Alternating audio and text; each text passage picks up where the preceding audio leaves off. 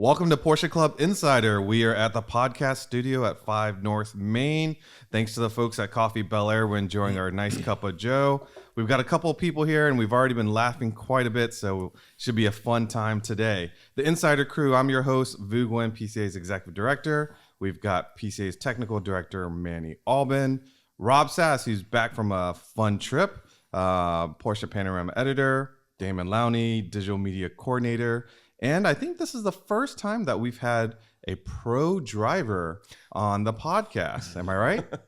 If you use the little air quotes, yes. air quotes, Yeah. pro driver. That's a big air quote. He's definitely a poster child for PCA because he really got all this started or kicked off through his membership in PCA. Special guest Bob Miller from At Speed Motors. Welcome, Bob. Thanks, Phil.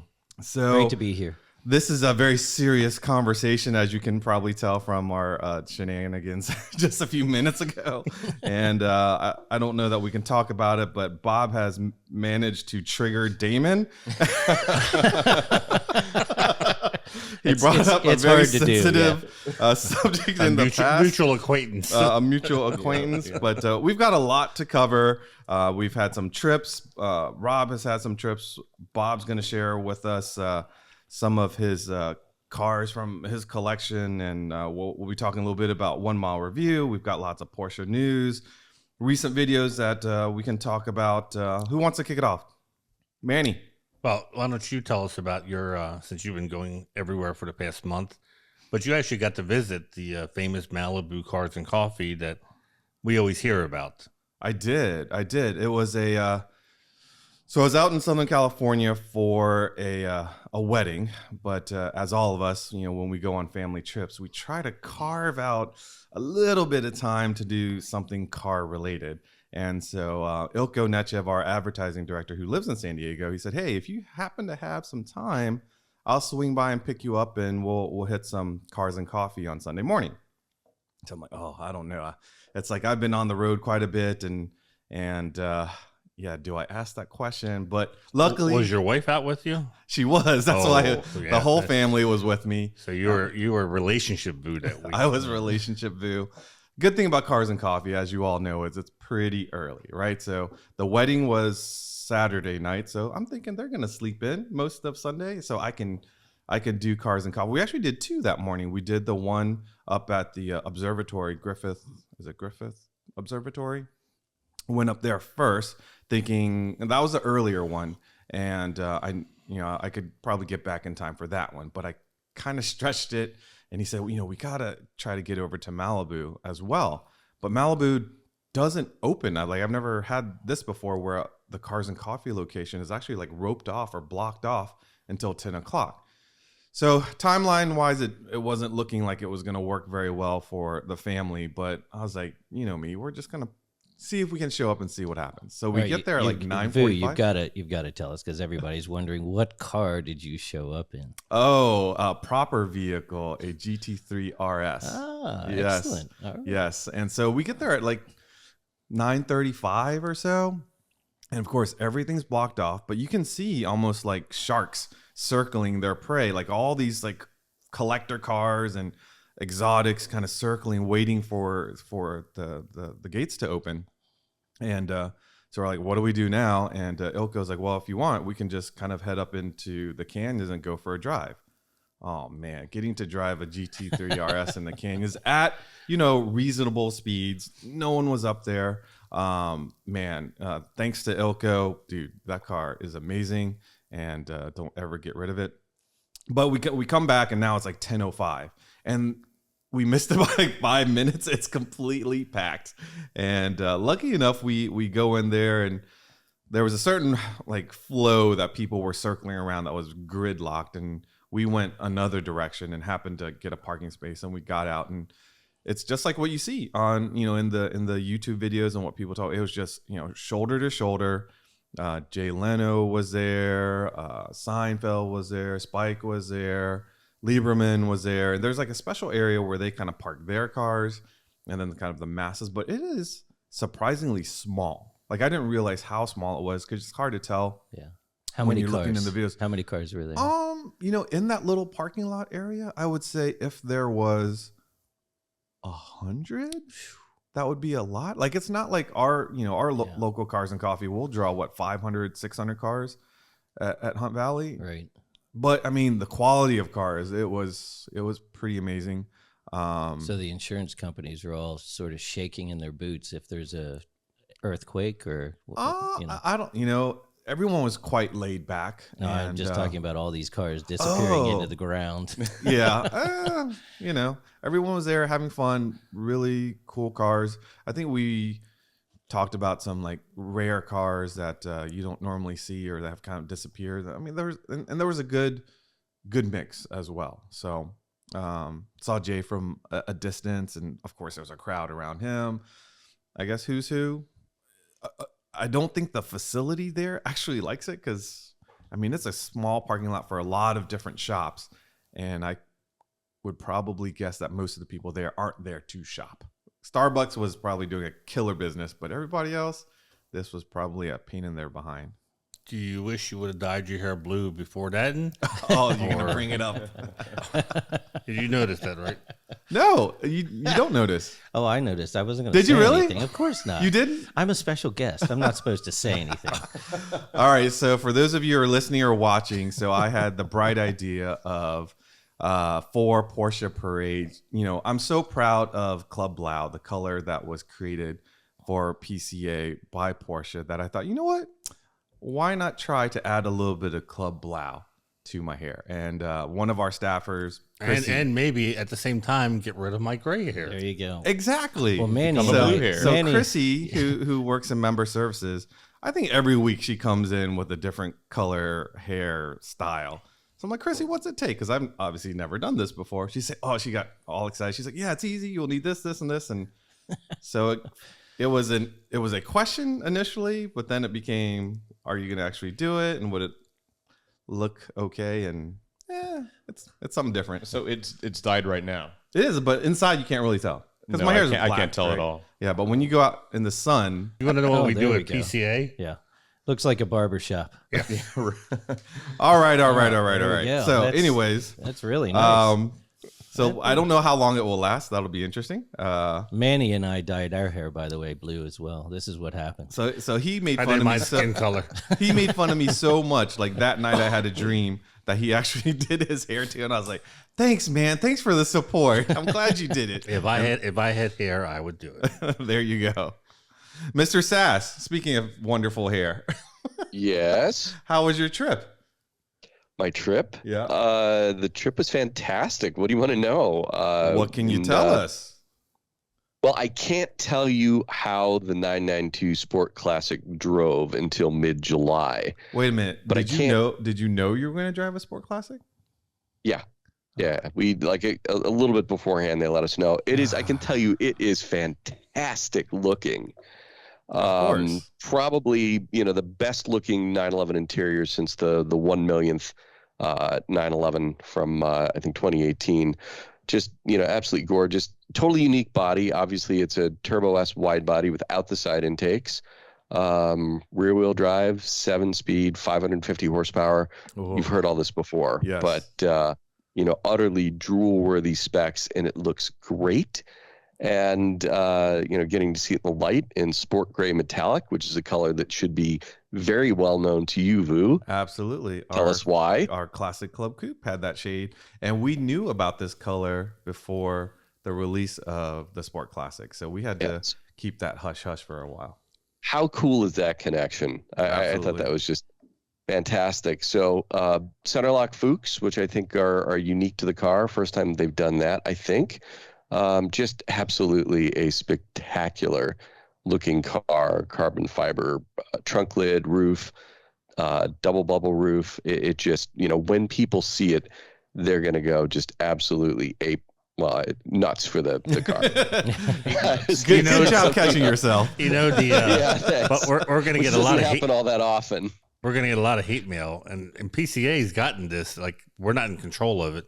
Oh, because it's not available? Not available. Yeah. Allocations. Yeah, we have no control over Yes. allocations. Don't call me and wondering if I can get you an allocation. Otherwise, Manny would sell the house and be on the line for some kind of special car. I can't wait for all 3 cars to be together. Like, that would be so cool. Can you put that together?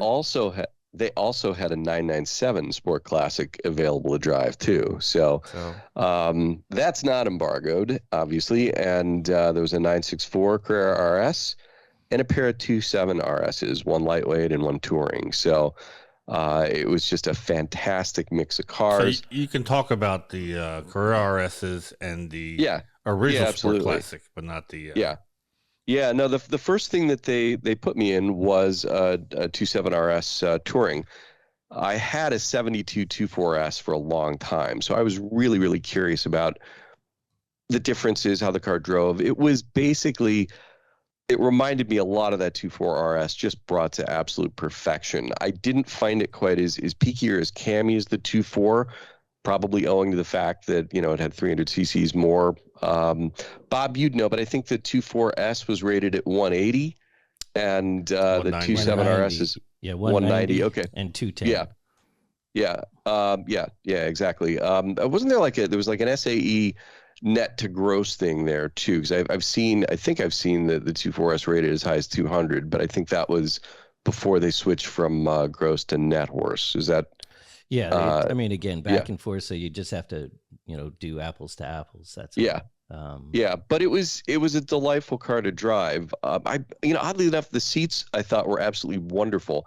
Unlike modern sports seats, which are fairly unyielding in both the bolstering and the cushions, the bolstering was pretty aggressive and pretty firm, but the cushions were really like this kind of puffy corduroy that almost reminded me a little bit of like those god awful Furman seats, just in terms of how cushy it was. So I mean, it was a really comfortable car to drive. I think the curb weight is somewhere around 1,985 pounds, just under a ton. And it's which car, Rob? The touring, the lightweight shaves about 150 pounds off that, 75 kg. So I think we're talking about 2,000 pounds for the touring. The touring's roughly 2,200. And the lightweight's about 80 or so pounds lighter than that. Because remember, your 2.4 was 2349. Right. And I like how we have instant fact checking. That's fantastic. Listen, man, you've got a lot of cars in your head, so there's no way to keep all that stuff. But yeah, roughly the touring, just figure plus or minus about 2,200. Yeah. I literally wrote an article yesterday for PCA Tech Tips about 10 reasons why we love the 73 RS. So it's fresh in my head. And I think they tested it at 2312 with the half a tank of gas. Yeah, sounds about for the right. touring model. Sure. And did you know the... Manny, do you use 8 pounds a gallon? Is it roughly? I think 6.5, isn't it? Well, I guess it depends on the day. Yeah. No One of the wonder things we that I never remember won. about the 24S that I had was it was a pretty cammy car at about 4,000 to 4,500 RPMs. The entire character of the car changed, the sound changed, everything. I didn't find that. The car, the 27 RS certainly came alive above 4,000, 4,500 RPMs, but it wasn't quite the pronounced difference that I remember in my 2.4 liter S. And Bob, what are your thoughts? I mean, again, Rob, they made a lot of subtle changes, and so they got most of the power out of just increasing displacement. And then they got a lot of that visceral feel just by shaving off weight everywhere. So the goal of it wasn't really to come up with a completely new engine. It was, let's put this whole kit and caboodle together and make it just even better than what you had in the 2.4. And when you drove it, I mean, it's not like it's a turbocharged car. It's not just like night and better day. in a little bit everywhere. Right. And that's what I thought. It's incrementally better in just about every way. It's slightly torquier because it's got, 300 cc's more displacement. It's got 20 horsepower more, but it if you think about the price deltas between a 2.7 RS and a 2.4 liter S, it makes a good 2.4S, even at close to $200,000, seem like just a huge bargain. So when I was writing this article, two things really stuck out of my head was, of course, Porsche, being conservative, was very worried that they wouldn't even sell 500 to make a homologation for a Group 4. Right. And so they were worried about selling 10. So they told all their executives that were eligible for this type of car, a company car, that they were ordering this car, not 911S. They had to order an RS just to pad the numbers to try to, Man, imagine that your boss saying, you have to order this. No, so, I don't want to. So the ducktail, which was debuted on this car, was very controversial because there was regulations at the time, road regulations that said anything sharp or that sticks out isn't allowed. And so they said this probably won't pass for road regulations. And this is in Germany. In Germany, yeah. So Porsche, because the car they knew would not make it to the U.S. So that's another reason why they were worried about selling them, because now the U.S. market's taken out of the equation. It's only going to be European. So with the tail, they're trying to figure out how do we get this approved, and they found out that if they registered the cars individually at the local Stuttgart office or Duffenhausen office, no problem. They would just sign off and say, yeah, good to go. But if they took it to the main office of their DMV, then they would inspect it and probably not approve it. Really? But they could only do that for up to 1,000 cars. It was some like loophole in the rules. And once again, not thinking that they're going to sell, hopefully maybe 500. Well, it turns out, of course, it's a sales success. And huge. for Rob's video, we learned about the different, they went 500 and 1,000, and then the last run series, I guess. And so after they hit 1,000, they could no longer do this little loophole. So then they were like, well, how are we going to get the last 520, 40 left? 580. Yeah. And they took the tail off. Really? Yep. And you could buy the tail separately. Huh. And then it would all be approved because it's already the regular deck lid. So that was a little. So Rob, what was the whole reason to bring the journalists there and to drive all these cars? It was the 50th anniversary of the 27 RS, and we tend to mark anniversaries by model year in this country. They tend to do it by motor show introductions. So they are celebrating it from 1972 to 2022, where we might think of it as a 1973 model year car with an anniversary next year. So that was the reason for doing it. Obviously they wanted us to all get behind the wheel of the Sport Classic, but the other car that was there was a 964 RS, another car that obviously Bob and Manny know a lot better than I do. And I guess I had sort of the disadvantage of driving that car right after the 27 RS lightweight. And, I love the car. It was great to drive. The alloy flywheel made the car feel just extraordinarily revvy, but on the roads that we were on, which were kind of low speed roads with a lot of kind of hairpins, the manual steering obviously didn't feel anywhere near as light as it did in the pair of 27 cars. Interesting. Yeah, so having just driven Manny's 964 Carrera 2 for a 1 mile review, and in the past having driven my uncle's old RS America, those were the only two 964s I drove. I actually prefer the power steering in Manny's car to the manual steering in the RS America for at least driving around the road on a back road. It's just easier to drive. It's a little bit too heavy, you know. And I've driven manual steering cars that are great, but the 964 for me wasn't great. I'd rather have power steering. It's amazing what tire size does on the front. Because my 914, I had the 165 SR15s, which were skinny tires. And it almost felt like over-boosted power steering, even though it was all manual. But now I switched up to 195 65s, and it has a bigger rubber footprint. And now it's a lot heavier. You lose that nimbleness of the skinny tires. Because you have more resistance. More grip. More grip. Yeah. And these were either 205 or 225 5017. So, considerably more of a contact patch up front. But, we got about a half an hour in each car, and it was just sublime. So was it all just on road, no track time? No tracks, just a lot of roads to the Black Forest. Probably an hour or so from Stuttgart. Sounds like a terrible trip. I know, what an assignment. It was. An awful assignment. It was. I mean, I wanted to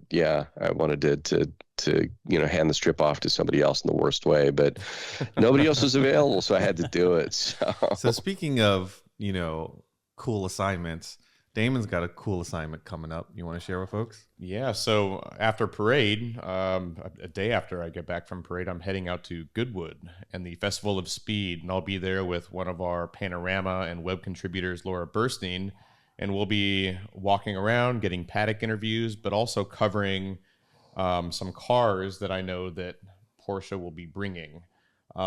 Pretty special cars. So I see you grinning. Yeah, because you can't say. I actually don't know exactly if Porsche's embargoed any of this stuff or not, so I'm not going to say exactly what they are. But there's some pretty cool stuff at Goodwood this year. But just, I mean, I've seen obviously YouTube videos of Goodwood. Like that's a bucket list place to go. So make sure you capture everything because I'm going to be living vicariously through your lens. Yep, we'll do. So Damon, what outfit are you going to wear? What I'm wearing right now. Oh, okay. But this is in the revival Goodwood. This is this is the regular one. So I probably need to be sure that I have 3 or 4 days of reasonably nice clothes. But absolutely, you're representing PCA. Damon. Our friend Rob has gone to Goodwood Revival, and that's where you dress up. And, oh man, it's not my thing.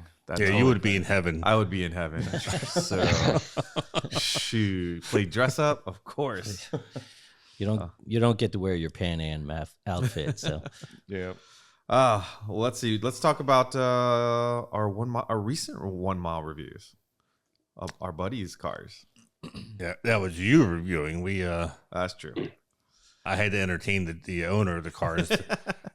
So this is what people don't realize. So it is a short video. It is only about 1 mile that we drive this. But how long did it take for us to do these two? 2 cars, 2.5 hours almost. Yeah. So we were out there at 1 o'clock or 1:30 and ended at 3:34. It just makes you appreciate those that are in the movie business or even commercial business.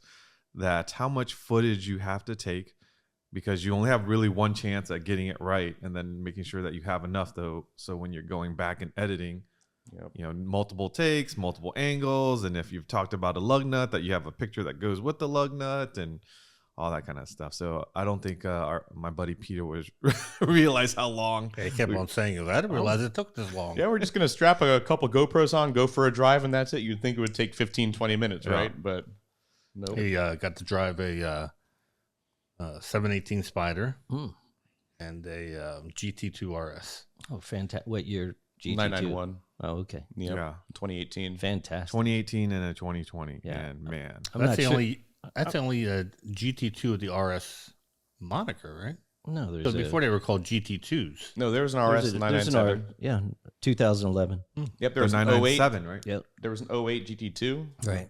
Which was was it wide body or it wasn't as powerful or anything, and it had the 6-speed manual, but then the RS came out and it was 620 and this one was almost docile, I guess you could say. It's amazing. I mean, not to give away the whole review, but both of the cars were amazing, so easy to drive, and I think that's what Porsche excels in. It's like even the Spider, I consider it quite exotic for the capabilities that it has, but yet at the same time you could take both of those cars and go to the grocery store, and especially with a PDK car, if you had someone in your family that couldn't drive a manual, anyone can drive that car, and it's crazy how much power is on tap, and when it flings you back into the seat when you go on that go pedal, it's like, oh yeah, over 700 horsepower, and you could literally use it as a daily driver. Oh yeah, and you sit in traffic. It's incredible. I mean, it just goes and it sticks, and the GT2 is absurd, especially for the street. And I'll kind of leave it at that. The 718 Spider, that's got to be one of my favorite modern Porsches right now. I mean, it does everything so well, looks good. I love the rev matching because it makes me feel like I'm a better driver than I am. The only thing I would expect on that car, if it was me, was the sport buckets. On the Spider? Mm-hmm. The Spider had sport buckets? I thought it had the... No. Sofa seats? Yeah, no, I'm pretty sure they did. Let me check the footage. I felt that way when I said it. I remember thinking to myself, I would have gotten sport buckets. I'm pretty sure they both did. What kind of reviewer are you that you can't remember what you I was just And here's the hard part is I think the GT2 RS had it. The GT2 definitely had it. But the thing is, they were so phenomenal. Yeah, it had the buckets for sure. See? Yep. See? Both cars were so phenomenal. And a mile, come on. Like, that goes by so quickly, right? So, like, the first 30 seconds, I'm, like, speechless because these cars are so amazing. I'm like, oh, crap. I got to say something about it. I'm like, I'm enjoying the ride so much, like, I forgot. And actually, I came back and did another loop. Yeah. Because I'm like, no, this time around I'll actually talk because it's like this is why it takes 2.5 hours. Yeah, right. Right. Like, you're just overwhelmed at how awesome these cars are. So I'm back at the location entertaining the owner, and we're talking about he's like complaining because his oil change light has come on, and he's only put like 60 miles on it since the last oil change. He's asking me, is it really necessary? He said the oil looks fine, and I'm like, yeah, Peter, you bought I said, you're asking me if you just bought a thoroughbred horse, right? And you want to know if you can feed it leftovers, right. Because if you buy the special feed, it's pretty expensive, right? Yeah. I'm like, what's the price of an oil change? It's can't be that much for this kind of a machine. I said, here the engineers of Wysock have developed this machine that really shouldn't be straight legal, and you want to try to extend the oil for another year because you don't want to spend $80. Well, I think the one you could tell him to drive it a little bit more. Well, that's at least he'll get his money out of the oil change, right? You know, everybody's circumstances are different and why they buy cars. And I know he reads up on Porsche. He follows everything. He lurks on the forums and stuff like that. And he's a true enthusiast. He just doesn't have the time, or by the time he gets the cars out, or it's bad weather, stuff like that. So for whatever reason, he doesn't drive it as much as we all think he should. But he loves the cars, and what the oil change wasn't really the one that kind of threw him for through that conversation. It was the fact that the spark plugs were timed out, and oil change and oil changes, you know, relatively speaking to the cost car is not that expensive, right? But a spark plug change is a more considerable, you know, no question, operation. And he was like, I have like, I think that car had 1,500 miles or 1,700 miles, but they timed out. And I'm like, Peter, you bought, like as Manny said, you bought this thoroughbred. You've got to follow the recommended guidelines, and it's your fault for not driving it. And he's, I know. Do spark plugs time out for just like those higher performance cars like GT2 RS, or do all Porsche spark plugs? Porsche has they have time and distance sort of classifications, and so that's what VU means by timing out. There's nothing wrong ultimately with the plug, but every 4 years they're saying change this. Interesting. Yeah. Okay. And you know what? There's 50 guys sitting around trying to figure out when you change a spark plug. I'd probably take their word for it.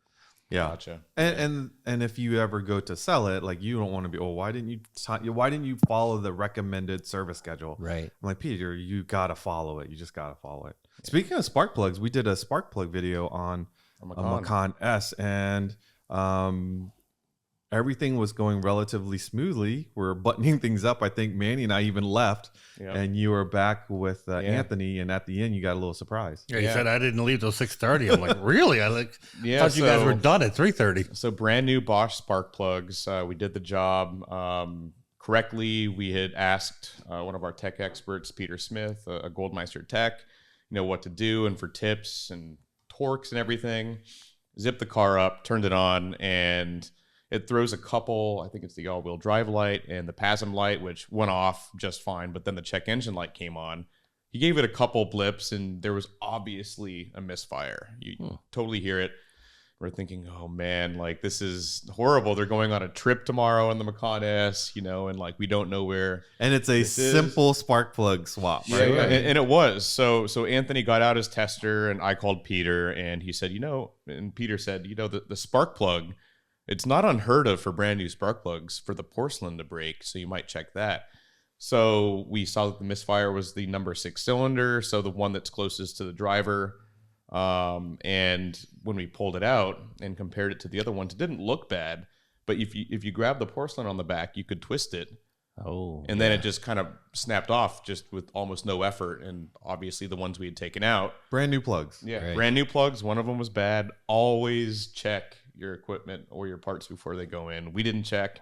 Could have been a lot worse, but we caught it, put in one old plug, and he'll go back and that's the thing is you watch a lot of how-to videos, and Manny's adamant about making our how-to videos more realistic, because you watch all these videos, and if it was in this case a spark plug change, everything went fine. Every coil pack pulled off with ease, and da. But the reality is, most of us will do this right before a trip, and then you find out you can't pull a coil pack, or something like this cracks, and then you kind of hate working on the car because you didn't anticipate that. Yeah. So what we're trying to do is give you footage of how much effort it really can take. And if it's easier for you, then that's great. But at least this might be your worst case scenario. Yeah, really look at if you're doing your work on your car, look at all the parts, because, I never really had many problems. But when I did all the work on my my own Cayman, the water pump and thermostat, that Borg Warner had sent, one of the springs was upside down.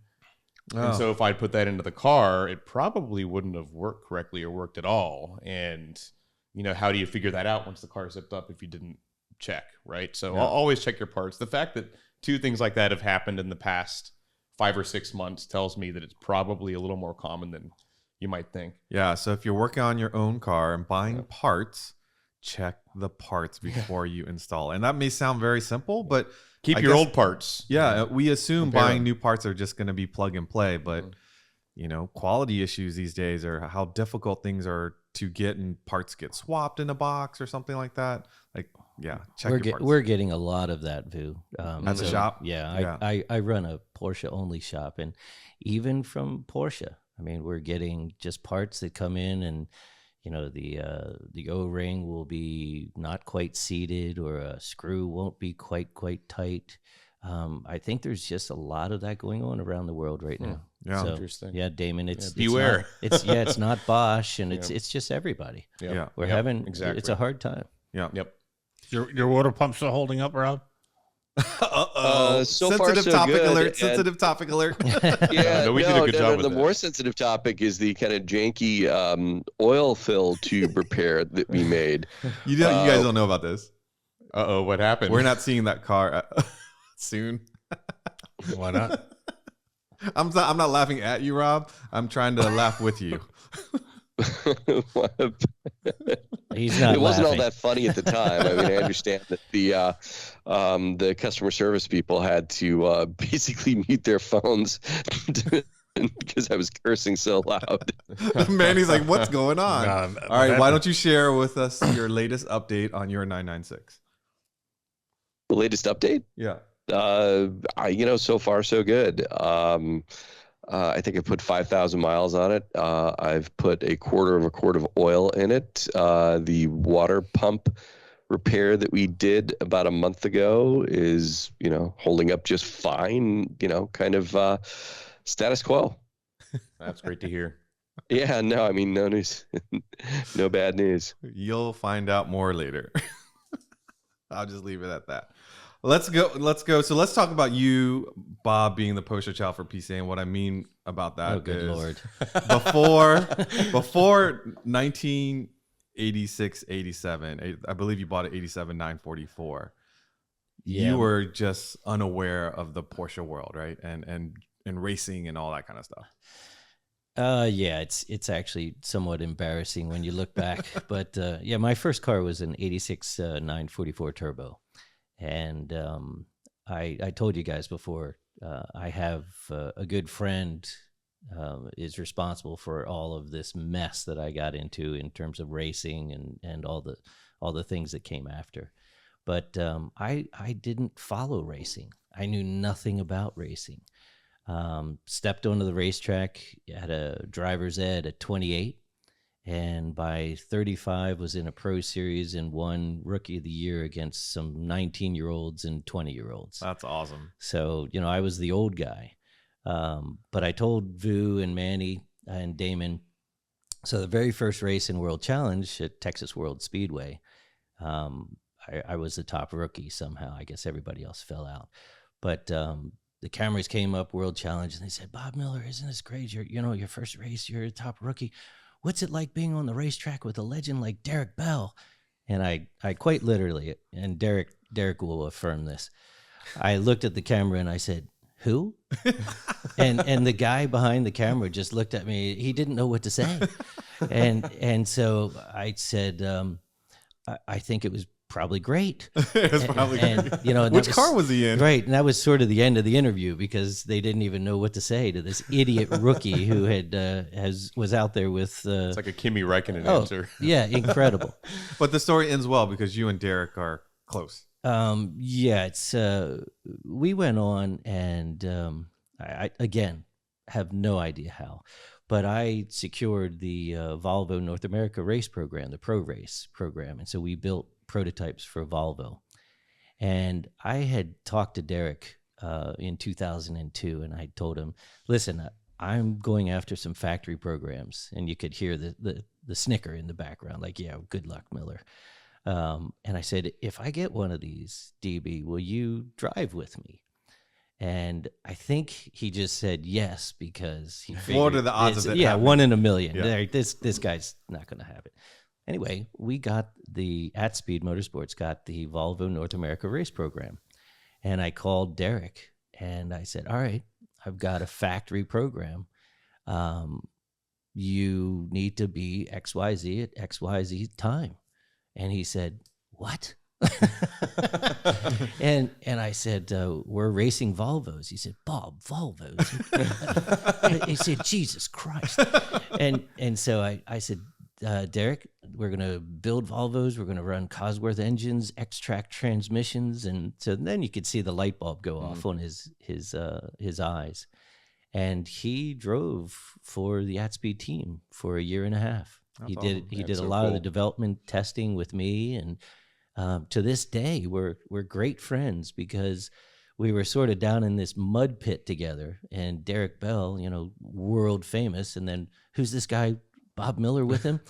But we pulled it off. We gave Volvo their first North America race win in a pro level. That's awesome. So one of the things in PCA that I admire and I talk about a lot is we could be at a table at any PCA event, and one person could be driving whatever car, another person driving another car, and we would talk about each other's cars, but we don't really know what any of us does. Obviously, those of us that work for PCA, right. People know, but I don't know, before you're, coming into the PCA and Porsche world, and where did you get the business acumen to, you started driving, now you like driving, you want to go after a race team. What were you doing at that time before you went into this? Because all I know, I've met you, probably at least a decade or so, and I just know you as Bob Miller at Speed. I just knew you from that side, but sure, you had to start somewhere before that. It's funny because Manny and I talked about this. We've known each other forever, and nobody talks about anything but cars. Yes, it's awesome. It's true. But in club racing, and I started, as you said, I'm a poster child here. I literally started in driver's ed, went to club racing, and we would race against guys all weekend long. I mean, these were CEOs of XYZ and presidents of this and that, and nobody knew anything. We had no idea what you did outside of this event. And, all we talked about all weekend long was racing in cars. So we'd go out to dinner.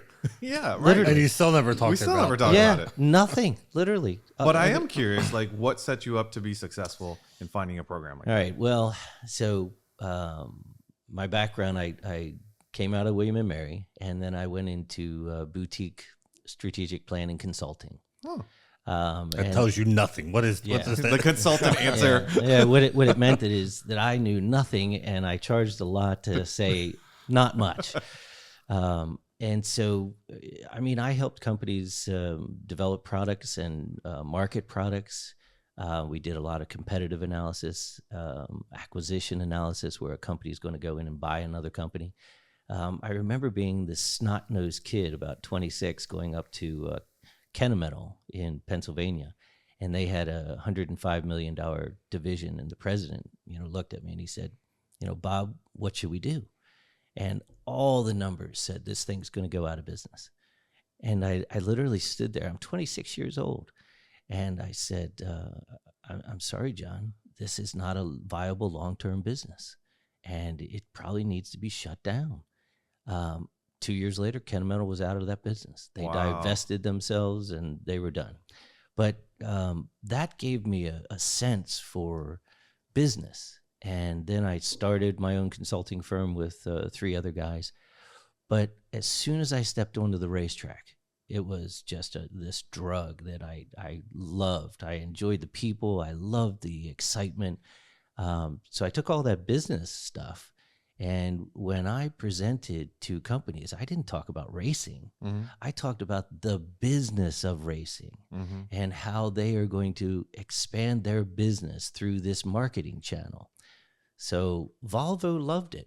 Did Derek Bell know that was your background when you approached him? Yeah, DB did. Yeah. He and I are on LinkedIn, and he gives me a lot of kudos for marketing and all that kind of stuff, because he's like, if this guy out of nowhere can come up with Volvo, if he can do it, literally out of nowhere. And so I remember we're driving along once, and he looked at me. He goes, "Miller, you are actually an international force in motorsports." And I said, "DB, what the hell does that mean?"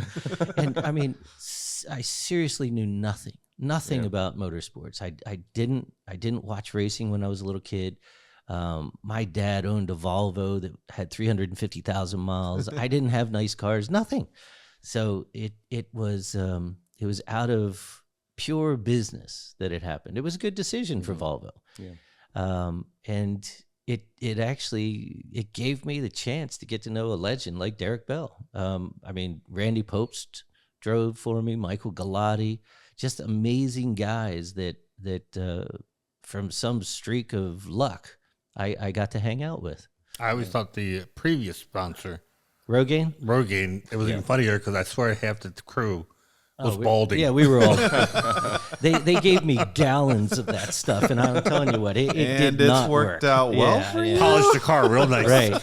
Right. So, the funny thing, when I went and presented to Pharmacia, so Pharmacia owned Rogaine, but I had done the U.S. introduction study for Upjohn on minoxidil, the minoxidil, brand, whatever. Mm. And so I knew more about the efficacy of Rogaine than its product manager did. So I'm sitting in this meeting with the president of Pharmacia, and I am chatting all about like the technical studies and the various different medical studies and how the molecule protects the the male hormone from bonding to the hair follicle. And the president looks over at me, he goes, "Jesus Christ, are you a business consultant or are you a race car driver?" And I said, "I pretend to be a race car driver, but this is all about business." Yeah. And so they loved it. And we did the Rogaine racing or hair raising pass of the day. We had Manny as one of our flag girls. We had wine.com with us, and we would put on, wine tasting at the events. It was a ball, but it was all about business. But the business presented opportunities, obviously, for you. And I'm going to change gears a little bit. Because you were around the industry, you're around racing and motorsports, you started buying cars, and not only just to race them, but you have an eye for picking up cars and maybe resurrecting them or preserving them for a later date sale. And I think that's what we're kind of interested in, is your current collection of cars and how you kind of got there. And again, I wouldn't say I'm a huge car collector, because there are guys in the world, we were talking about a bunch of them on the way up here, that have just massive, incredible car collections. I've been lucky enough to go into massive debt and buy a bunch of various different cars.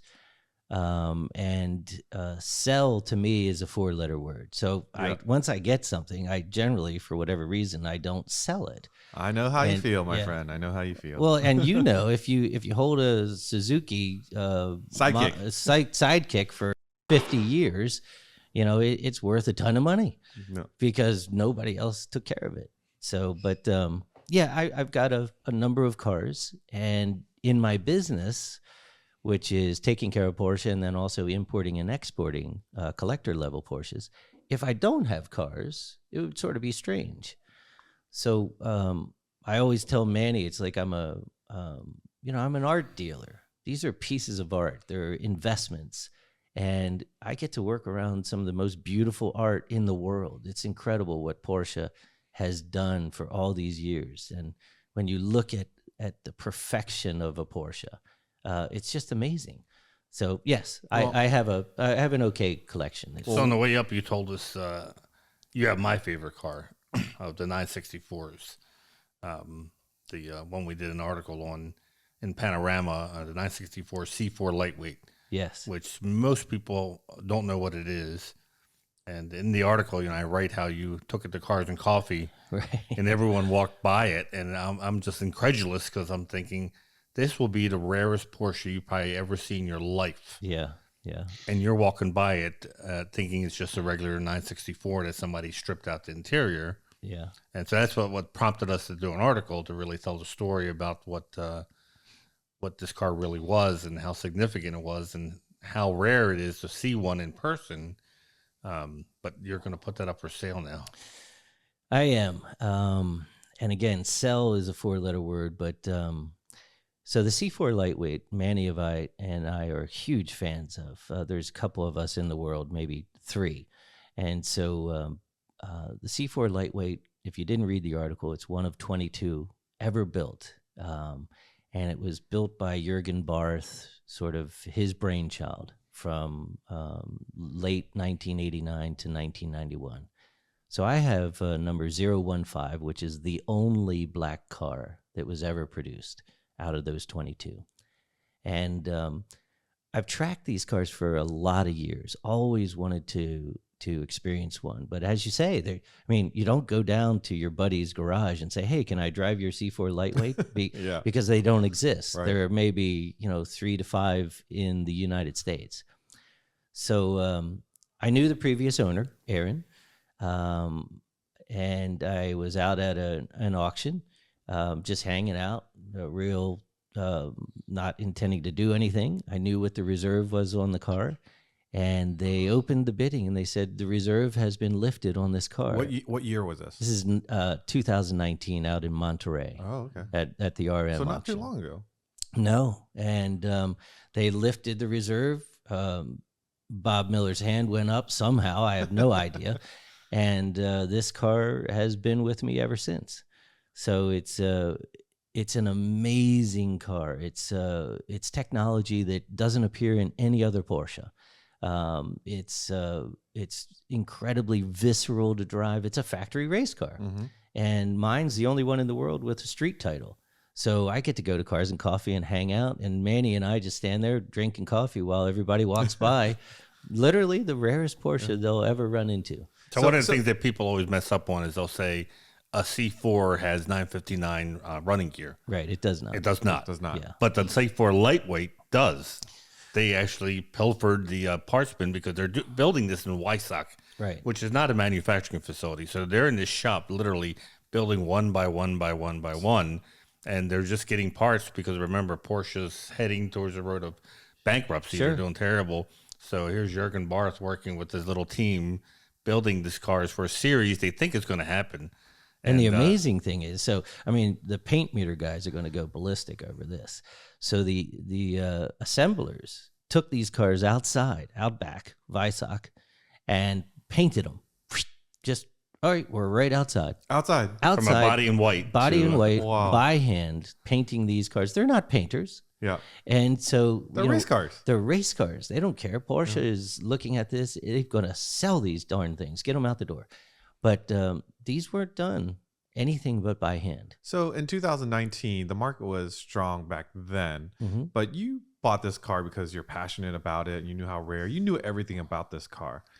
You probably didn't predict what the market has come today, especially for that car. I mean, you're in the business of buying and selling cars. So so at some level, you were hoping that at some day you'll sell that. Sure. But did you would think it would come this quick?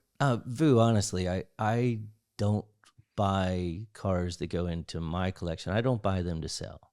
So I buy them because I love them. And I want to drive them and enjoy them. And I don't like to lose money. So I have various different boxes that generally they would check. Mm-hmm. But, this one I tracked C4 lightweights for 20 years. And this one came up.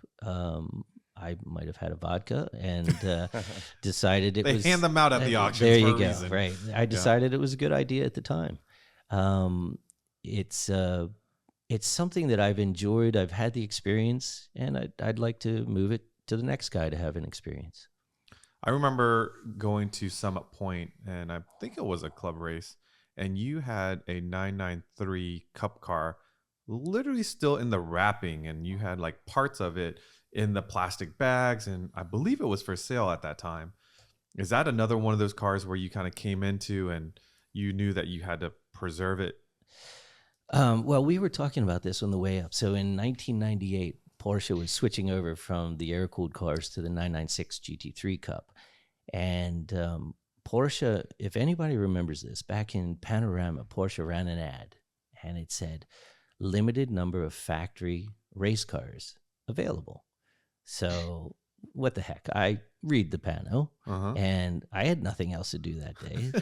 So I called Porsche Motorsport, and Bob Russo at the time was the guy who interfaced with customers. And he said, yeah, we've got 6 993 Cups that are brand new. Whoa. Those have never been raced because the teams have moved on to the 6 993s. The teams have moved on to 996s. So I talked to my wife at the time, and I said, so if we go into even more debt, we could potentially buy this thing. And my ex-wife was fantastic that way. She said, let's go. So off we went into more debt. I sent $25,000 out on a car I had never seen before. Whoa. I had no idea what these cars were. I'm sending money into the the ether. And so I got a single piece of paper back that said, we got your $25K, thanks, we'll let you know. And, I'm sweating bullets. So about 2 months later, I get a call, and they said, okay, we need the rest of the money. I said, well, where's the car? Well, it hasn't shipped yet, but you've got to pay for the car before the darn thing comes over. And I'm like, well, how does that work? So anyway, I sent off the money. This car flies into Dulles. We pick it up. It has 7 kilometers on it. Wow. So Jürgen Barth at the time was the test driver for all the race cars. So this is a car that only Jürgen Barth and I ever drove. I never let anybody drive the car. And it was all original. I club raced it, and that's what started the sickness. And it just got better from there, because if you've never been in a Porsche factory race car, there's nothing better to race. All they're meant to do is race, and they're absolutely amazing. And you two were reminiscing about your club race days, and you're good at being a pain in the behind. Oh, I'm a pain. Yeah, I can. That's for you sure. can be a good pain in the behind, but in this case, it was to fight for a special class in club racing. But with the factory cup cars program coming available, right? Like, it kind of changed the atmosphere. Yeah, remember in 1998, Porsche Club Racing was not what it is today. It's massive today. With coaches and tractor trailers and spare engines and all kinds of stuff. Back then, I mean, Manny and I, in general, would drive to the track in our cars. Now, a factory race car, you can't do that. But so we went into all this debt, and I realized I have no more money to spend on this car. And back then, all the factory cars were dumped into a class called GT2. And GT2 would be 993 RSRs. It could be anything that you made. It could be those factory cup cars. And I realized real quickly, there's no way to win in GT2 without a cup car. So I conjured up this idea and went to all the cup car guys and said, hey guys, what if we had our own class and we don't have to do anything to the car? We don't have to upgrade it to RSR engine or put on adjustable motons or whatever. And of course, everybody loved that.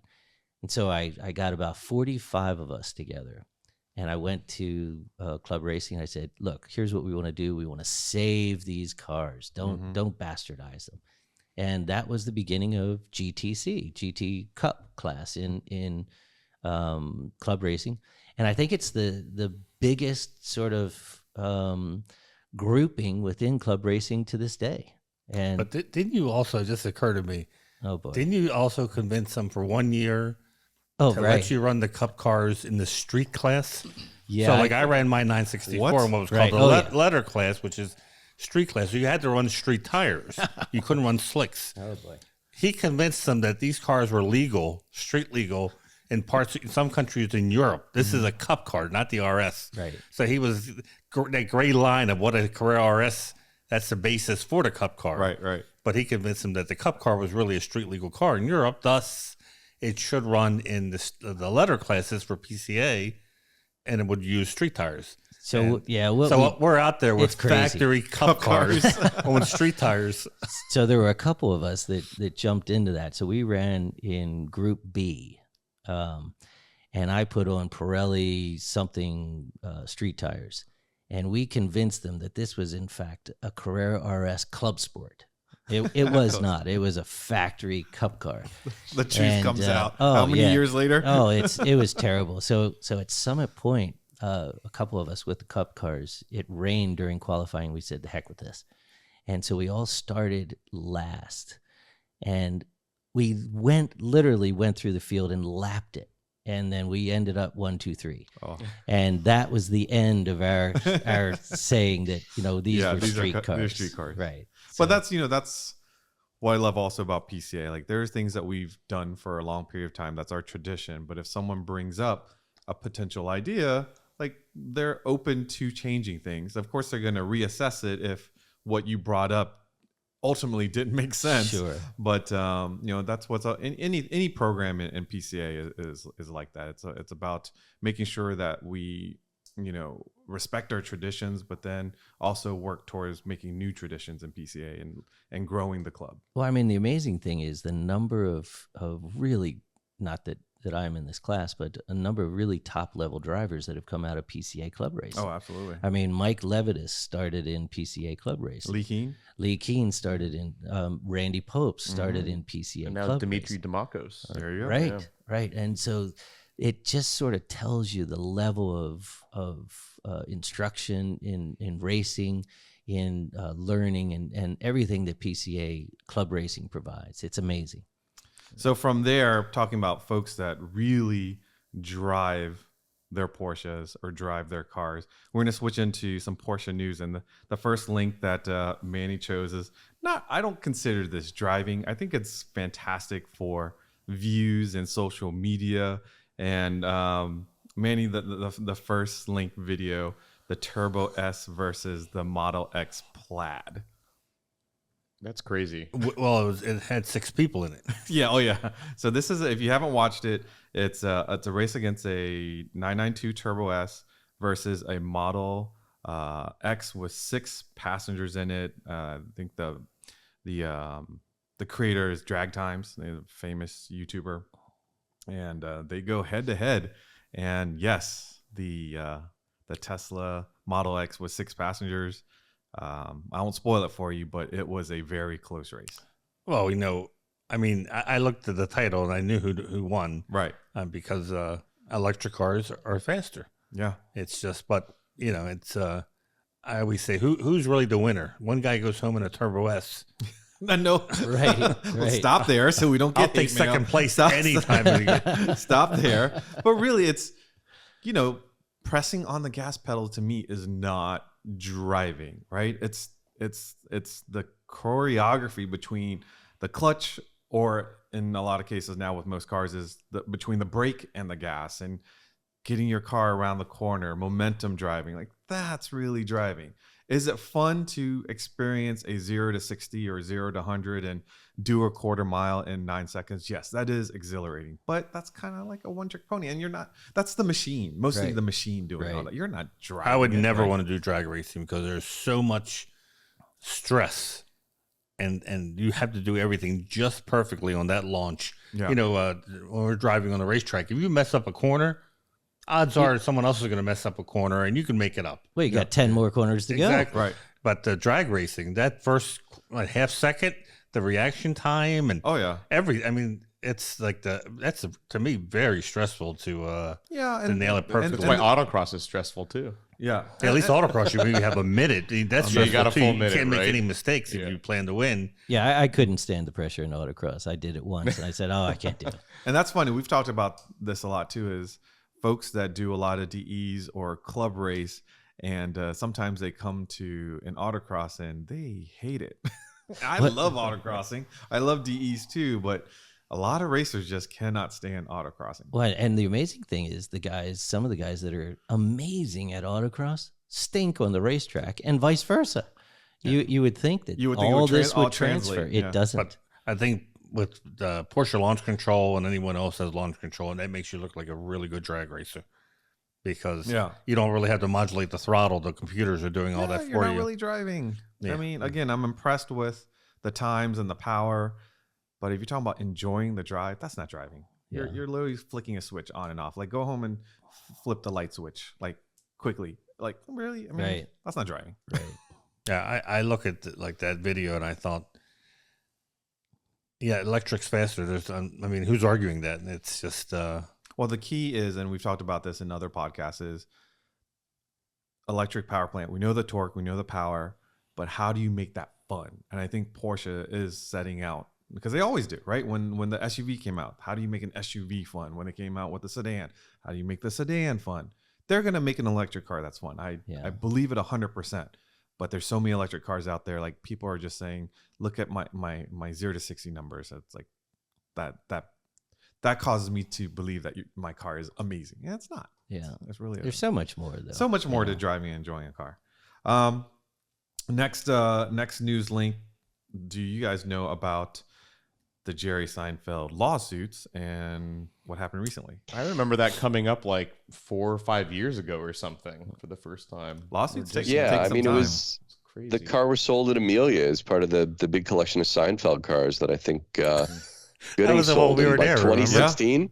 So Rob, can you give us a quick summary of what this lawsuit is all about, being an attorney yourself?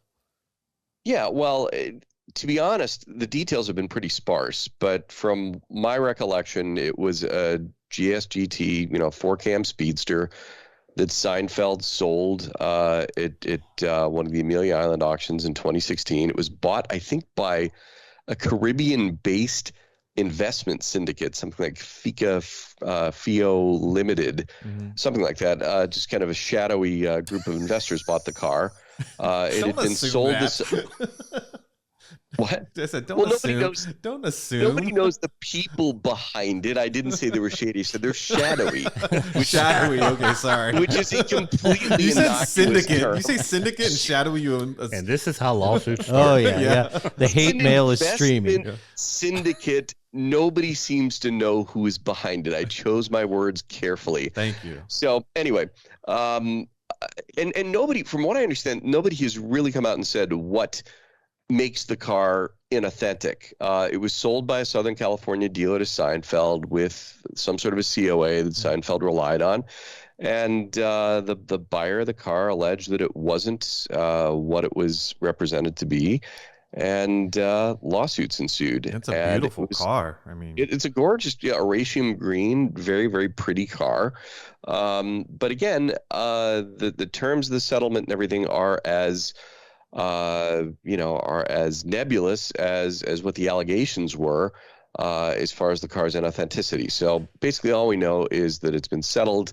It's behind Seinfeld at this point, and heaven knows where the car will pop up again next, and if we'll ever find out exactly what the allegations of inauthenticity were against the car. Well, I think the moral to the story is even the people that are buying at the top level, you want someone like Bob who can recite curb weights at a moment's notice and know the details of the cars to be with you to make sure that you are buying what you think it is. Well, Rob, I mean, to turn it back on you, I mean, the subtle, teeny tiny little differences between the 2.4 and the 2.7 Carrera RS.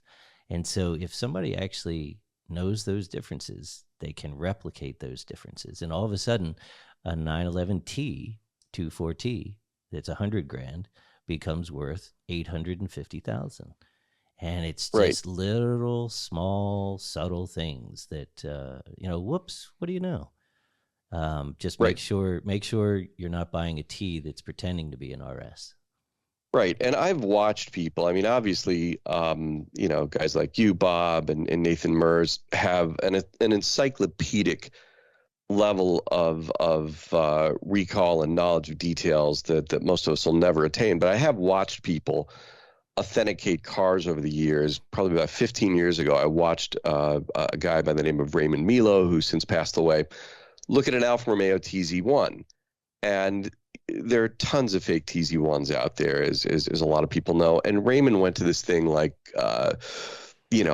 some kind of a champion hunting dog. I mean, just, basically pulled the seat cover off the car to look at the tubular seat frame, to look and make sure that it had the proper coach builders or makers stamps on it. He knew exactly where to look for the things that the fakers didn't know.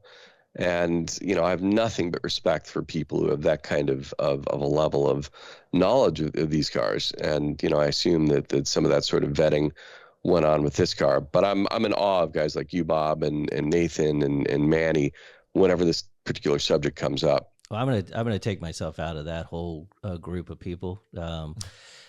So modest, mostly because Manny's in it. But I mean, literally, Rob, I know a thumbnail about one kind of car. I mean, and it's Porsche. That's it. And the guys I associate with know roomfuls about these cars. I'm the thumbnail guy. But I appreciate your throwing me in the league of Nathan and Manny. It's funny that you say that, because I think amongst everyone at this table, you could probably, amongst your friends and your family, you're probably the go-to person to talk about cars. You're probably the go-to person to talk about cars. And then when you come into the PCA and the automotive world and you meet people like yourself and Nathan, and you go, man, I'm just a toddler. Like, my family and friends think I know a whole lot, but I've met these people that just have way more detail, and you're just in awe with the wealth of information that's in your noggin. Yeah, I mean, if there were one guy on the planet that was sort of my mentor, it would be Dirk Lair.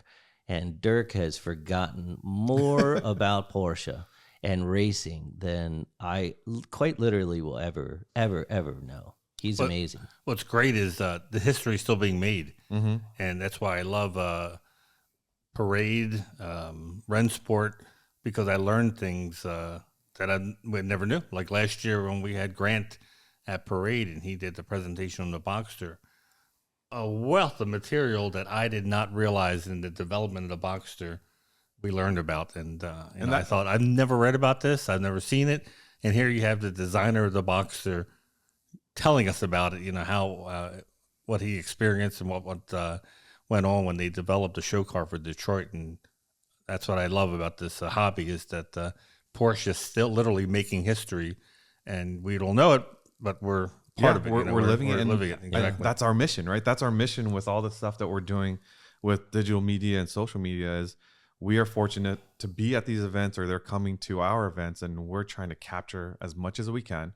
We appreciate it now, but I can only imagine 20 years from now, 30 years from now, how those people are going to appreciate it that we record. Just imagine if all they're going to talk about, Vu, is your blue hair. Remember that time? Remember that time? Right. So you think you're meeting a Smurf, but instead it's a middle-aged guy who dyed his hair blue. Good. I'm starting to regret taking this chance. You want to get your hair dyed, Rob? We can do it next week. Yeah. Club Blau. I'll bring the tube.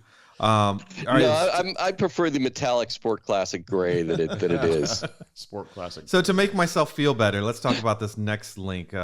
One of my favorite shows, Mike Wolf, and back in the day when he was with Frank, I think Mike is with his brother now, American Pickers season 23, they come across a very interesting car. And we don't want to give away the whole episode, but here's a you're buying from somebody, and they're telling you what they think or what they've been told, and they're not trying to mislead you. But in this episode, you find out some things about this, barn find 66 912. Yeah, well, the original paint. That's the biggest my dad loved original things. You're seeing what the cameraman's saying, and you're thinking, wow, this not unheard of, you know. Yeah. Sure. Can It's happen. not like a museum piece, but it certainly could be original paint. It was very straight. Yeah, and so they call up the close expert. up of the overspray. Well, they call up the expert, Sorry. and the first thing the expert says is, "Look around the molding, around the windshield, the Right. rubber molding." Yeah. And as soon as they do, they see all the overspray. You hear the wah wah wah. The But guy's it's like, still such a nice so this car. shouldn't be white. He's like, no. Right. That's old wax, Yeah. right? Yeah. And the fender welting was actually missing between the front fender and the cowl. That black piece of fender welting was gone. So, they'll do just fine for something that's just an ornament in their messy garage.